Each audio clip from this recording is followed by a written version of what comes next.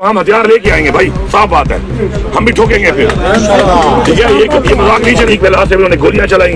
मैं बार बार कहता हूँ, फिर मीडिया वाला मेरा ये वाला क्लिप काट देते हो आप लोग। कोई चला दिया करो यार, कोई क्लियर ऐलान है हमारा कि आप अगर हमें गोलियां मारेंगे, पिछली दफा हमने गोलियां खाई, हम निहत्ते थे, इस दफा हम हथियार लेके आएंगे भाई, साफ बात है, हम भी ठोकेंगे फिर, ठीक है। ये मजाक नहीं चले करता फिरे और हमें मारता फिरे और हम गोलियां खाते रहे और सीधे पेश करते रहे। दूसरी एक दो क्वेश्चन आपके मैं पहले से, हम हथियार लेके आएंगे भाई, साफ बात है, हम भी ठोकेंगे फिर, ठीक है। ये मजाक नहीं चले।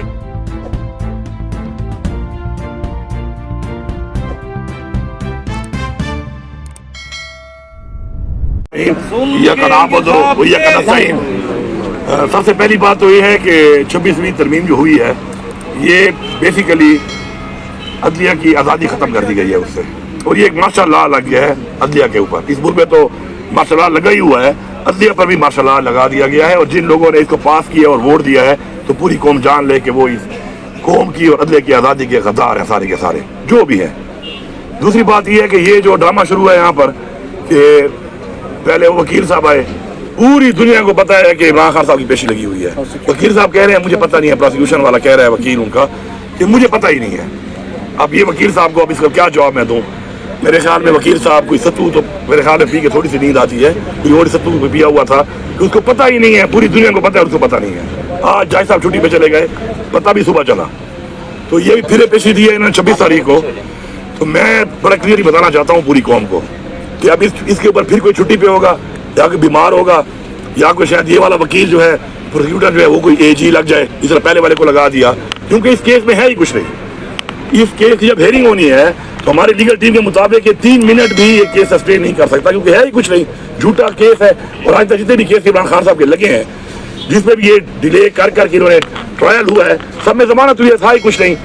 तो मैं समझता हूँ कि अब समझ आ गई है, और उम्मीद जो थी एक अदलिया से जिन्होंने हमें इंसाफ देना था, तो हमें समझ आ चुकी है कि ये तो इनके बस में तो कुछ नहीं है, इनके बस में कुछ नहीं है। तो फिर हमारे पास ऑप्शन वही है, अपना आईनी हक कि हम सड़कों के ऊपर अपना इंसाफ लें, सड़कों के ऊपर हम आकर अपनी तहरीक चलाएं।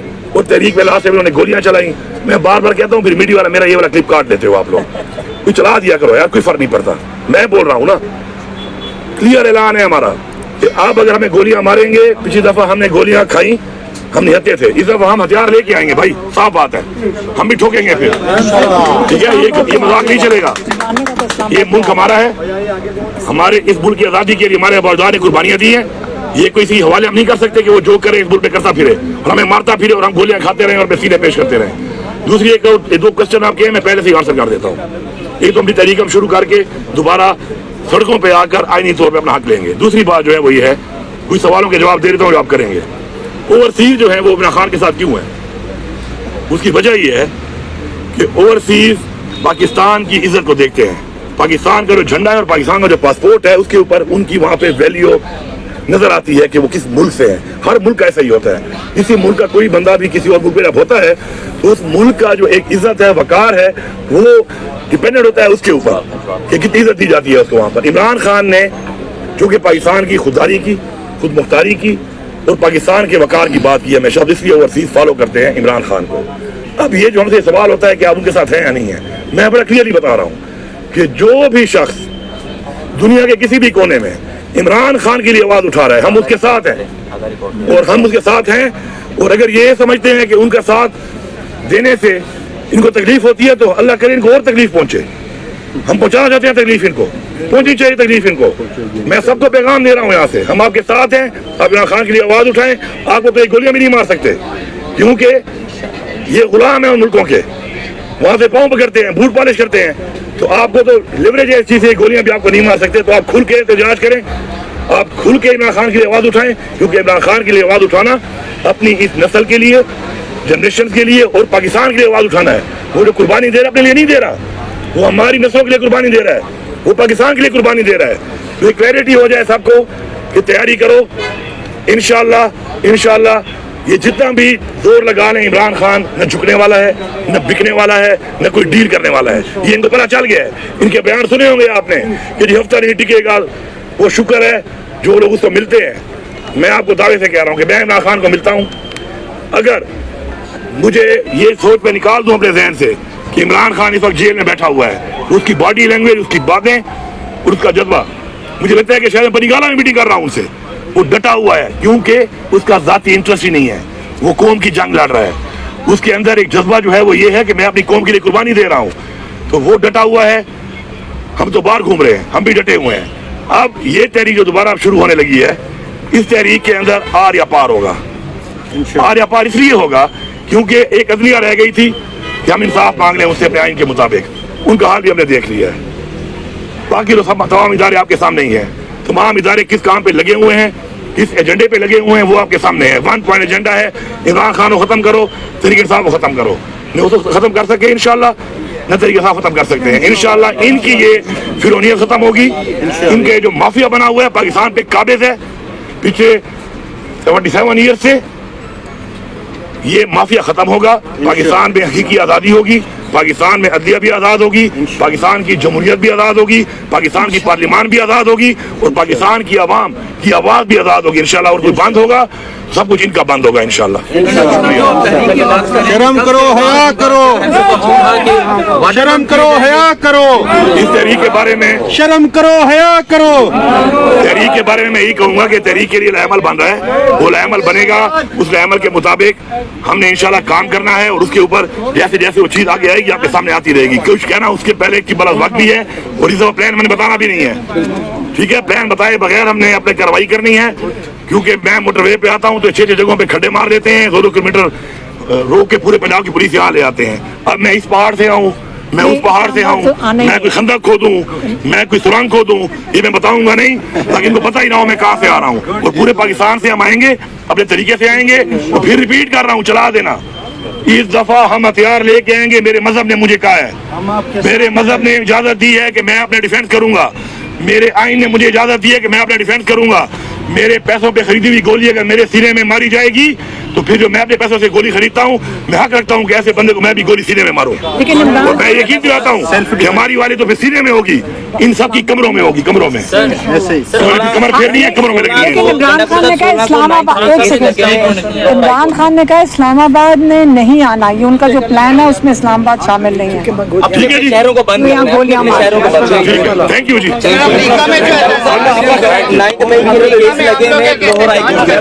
वो जल्दी पे चले जाएंगे, 16 को 9 मई की जो केस है आपने बता दिया कि अमेरिका नहीं, दुनिया के किसी कोने में कोई भी इमरान खान के एहतजाज कर रहा है, हम उसके साथ हैं, भरपूर तरीके से साथ हैं। ओके, थैंक यू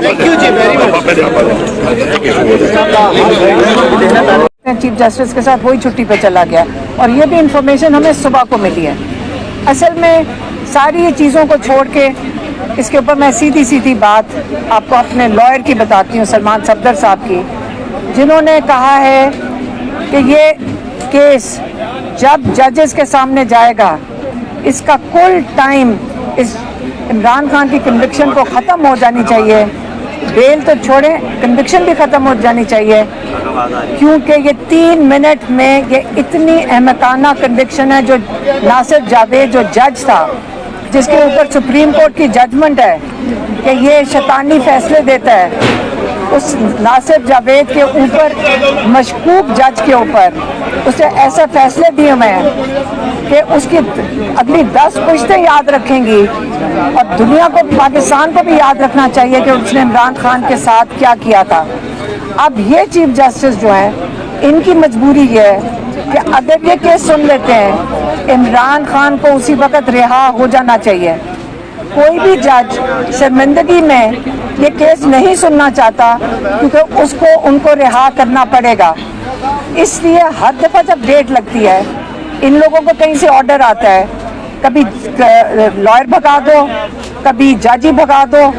अब हमें 3 घंटे वहाँ बैठे हैं, फिर जाकर मुश्किल से वो कह रहे थे कि अब हम डेट नहीं देंगे, हम बहुत मसरूफ़ हैं।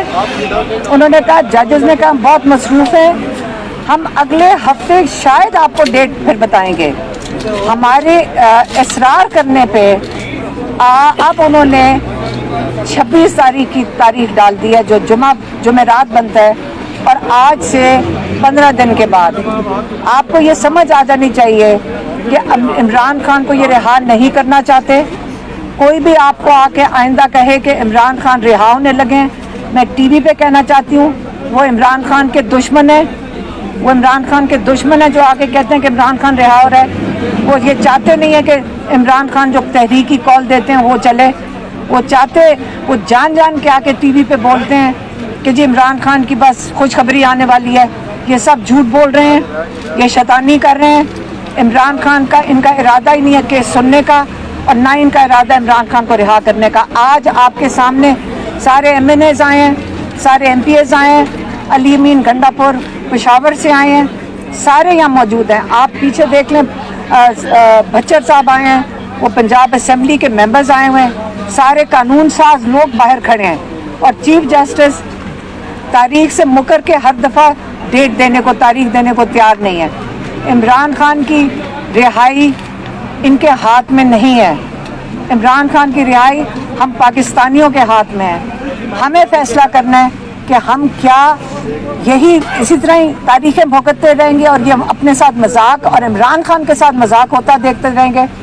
26वीं तरमीम के नताइज आज आपके सामने हैं कि जजेस का बिल्कुल इस वक्त उनका जो रूल ऑफ लॉ जो कहते हैं ना इमरान खान ख़त्म हो चुका है, वो आज आपके सामने है। अब आइंदा के लिए इमरान खान ने, मैं फिर से बताती हूँ कि इमरान खान कह चुके हैं कि मैं तहरीक शुरू कर रहा हूँ और इमरान खान इसका लाएअमल देंगे। जब कल से हमने जब ये बात आप तक पहुँचाई है, उसके बाद उसका नताइज बता देती हूँ क्या है। हुआ यह है कि इमरान खान का आज तोशाखाना का केस अडयाला में था, वो कैंसिल हो गया और आज उसकी तारीख पड़ गई है 1 जुलाई की। वो ट्रायल आगे चला गया है। जो 9 मई का केस होते हैं इमरान खान के जेल के अंदर, वो 21 तारीख को चले गए और वो भी शायद आगे चले जाएं।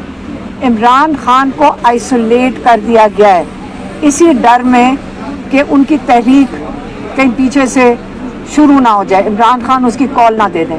इमरान खान बड़े मुतमईन है इस चीज़ पे कि उन्होंने अपनी तैयारियां सबको कह दिया कि मुकम्मल करें, और इमरान खान इसकी जो है इसकी बात जल्द आप तक पहुंचा देंगे। मेरे ख्याल में जब इन्होंने जितनी भी मुलाकातें बंद कर दें, हम खुद ही, हमें पता है कि इमरान खान ने क्या कहा हुआ है और यहाँ उनके पार्टी के लोगों को भी पता है क्या कहा हुआ है, और ये तहरीक अब रोक नहीं सकते क्योंकि हमारे सारे दरवाजे बंद कर दिए गए हैं। आपके सामने है, जज डेट देते हैं और इमरान खान को रिहा करने को तैयार नहीं है। जज साहब मजबूर हैं, हमें समझ आ रही है, हम उनके साथ यकजहती दिखा रहे हैं। उनको हमारी यकजहती भी मेरे ख्याल में काफ़ी नहीं पड़ रही है, उनके ऊपर प्रेशर बहुत ज़्यादा है। इसलिए हमें नहीं नज़र आ रहा कि इमरान खान कई महीनों तक उन्होंने नाजायज़ कैद में ही इमरान खान को रखना है, और इमरान खान की रिहाई हमें नहीं नज़र आ रही आगे, और ना हमारे लॉयर्स को समझ आ रही कि क्या करें। और अब हम सिर्फ PTI की लीडरशिप को ही देखेंगे कि वो अब हमें बताए